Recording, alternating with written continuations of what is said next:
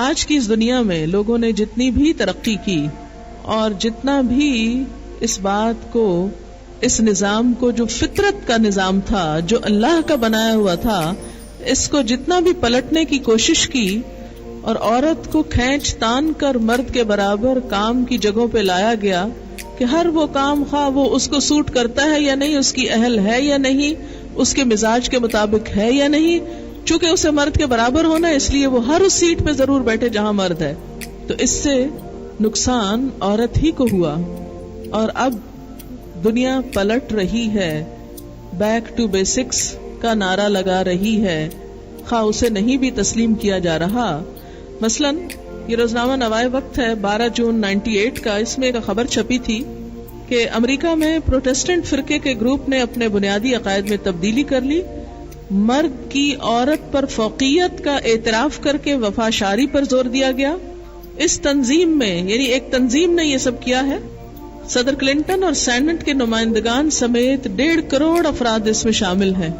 یعنی جس تنظیم نے یہ بات کہی ہے کہ مرد کو قوام مانا جائے اور عورت کو وفاشار اور وفادار ہونا چاہیے، انہوں نے اپنے بنیادی عقائد میں ترمیم کے مطابق یہ کہا کہ خاندان معاشرے کا بنیادی ادارہ ہے جو شادی اور دیگر خونی رشتوں سے تشکیل پاتا ہے. ترمیم میں طلاق، ہم جنس پرستی، اسقاط حمل کی بھی مخالفت کی گئی.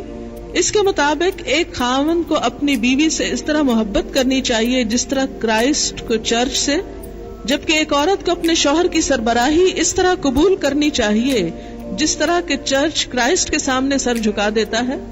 مزید برآں بیوی کو گاڈ کی طرف سے اپنے خاوند کا احترام کرنے، گھریلو معاملات میں معاونت اور آئندہ نسل کی تعلیم و تربیت کی ذمہ داریاں سونپی گئی ہیں. اب یہ اس تنظیم کی طرف سے بات ہو رہی ہے، یعنی جس کے 1.5 کروڑ افراد ممبر ہیں اور جو یہ سمجھتے ہیں، یعنی ایک بڑی اکثریت یہ کہنا شروع ہو گئی ہے کہ عورت کی اصل ذمہ داری کیا ہے، اس کا گھر ہے اور گھر کا قوام مرد ہے. امریکی خواتین میں آج کل ایک نئی تحریک ابھر رہی ہے جس کو تحریک نسواں ثانی یعنی وومنز موومنٹ سیکنڈ کا نام دیا گیا ہے. اس کے علمبرداروں کے دعوے کے مطابق یہ پرانی تحریک نسواں ہی کی وسعت ہے، مگر صحیح بات یہ ہے کہ یہ اس بات کا اعتراف ہے کہ قدیم تحریک نسواں ایک غیر حقیقی تحریک تھی، اس لیے اس پر نظر ثانی کی ضرورت پیش آئی. ایک مبصر نے بجا طور پر اس کو تحریک میں خاموش تبدیلی، کوائٹ شفٹ قرار دیا ہے. امریکی ماہنامہ سپین جولائی 89 میں اس تحریک کا تعارف شائع ہوا. اس میں بتایا گیا کہ موجودہ امریکہ کی عورتیں بدحالی کا شکار ہیں. کام کرنے والی عورتوں کی 2/3 تعداد $13,000 سالانہ سے کم کماتی ہے، جو امریکہ میں زندگی گزارنے کے لیے ناکافی ہے. حمل، بچوں کی نگہداشت اور دوسرے نسوانی مسائل نے عورت کو سخت پریشانی میں مبتلا کر دیا ہے. واضح رہے کہ امریکہ میں 25 سے 45 سال کی درمیان کی عورتوں کی 70% تعداد دفتروں اور کارخانوں میں کام کرتی ہے.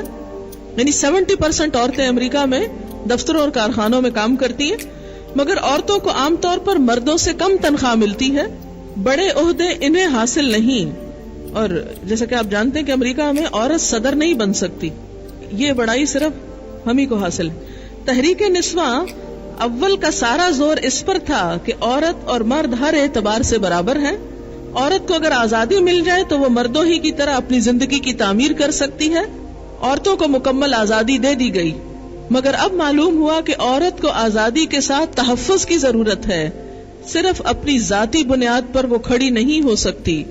تحریک نسواں دوم کی ایک خاتون لیڈر ٹار ویلم نے اس بات کو واضح کیا کہ عورتوں کے حقوق حاصل کرنے کے لیے اب ریاستیں ہی ہمارے لیے عمل کا مقام ہیں. یعنی وہ کہتی ہیں کہ ہمیں اپنے حقوق کے لیے ریاست کے سہارے کی ضرورت ہے.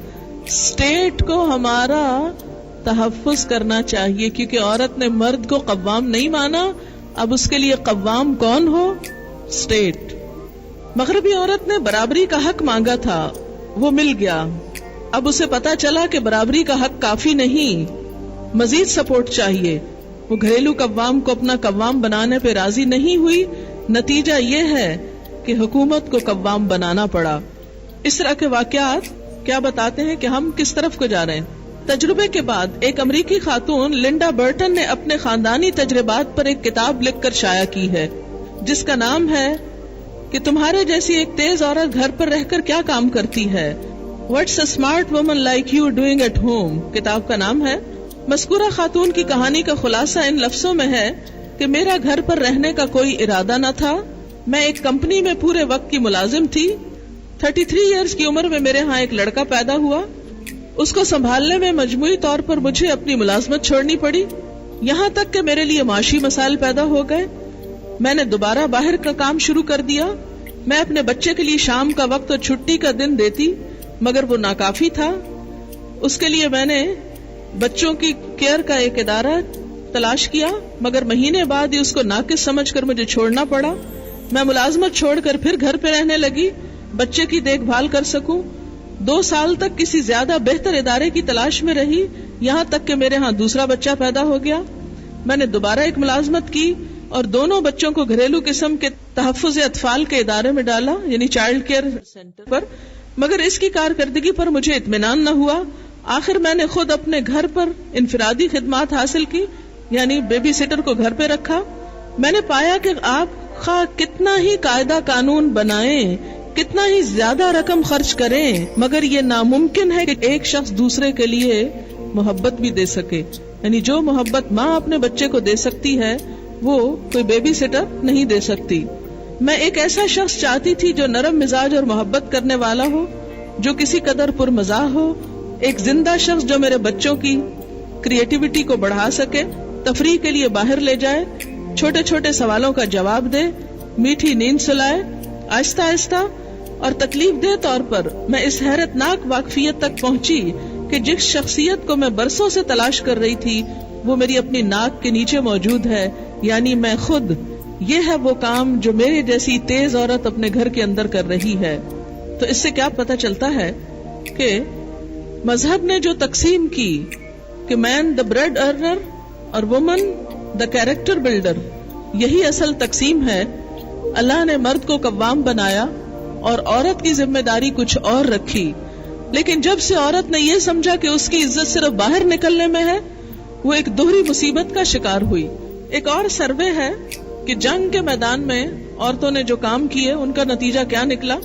دوسری عالمی جنگ، سیکنڈ ورلڈ وار 1941 چھڑی تو روسی حکومت نے اپنے شہریوں سے جذباتی اپیلیں کی اور مادر وطن مدر لینڈ کو یعنی بچانے کا نعرہ دیا۔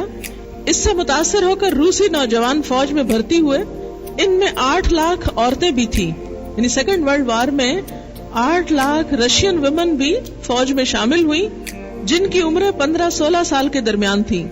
تو یہ ایک کتاب چھپی ہے، اس میں اس جنگ سے متعلق ایک خاتون مصنف نے 4 سالہ تحقیق کے دوران 100 شہروں کا سفر کیا اور 200 ان عورتوں کا انٹرویو کیا جو جنگ میں شریک ہوئی، اور جو تحقیقات سامنے آئیں وہ کیا تھی کہ بہت سی عورتوں نے یہ چھپانا شروع کر دیا کہ وہ جنگ میں شریک ہوئی تھیں، کیونکہ وہاں شریک ہو کر انہیں اپنی عزت سے ہاتھ دھونا پڑا اور انہوں نے چاہا کہ اب وہ دوبارہ عام لڑکیوں کی طرح شادی کے قابل ہو جائیں، یعنی وہاں جا کر وہ ملک کا دفاع تو کیا کرنا تھا، اپنا دفاع بھی نہ کر سکیں۔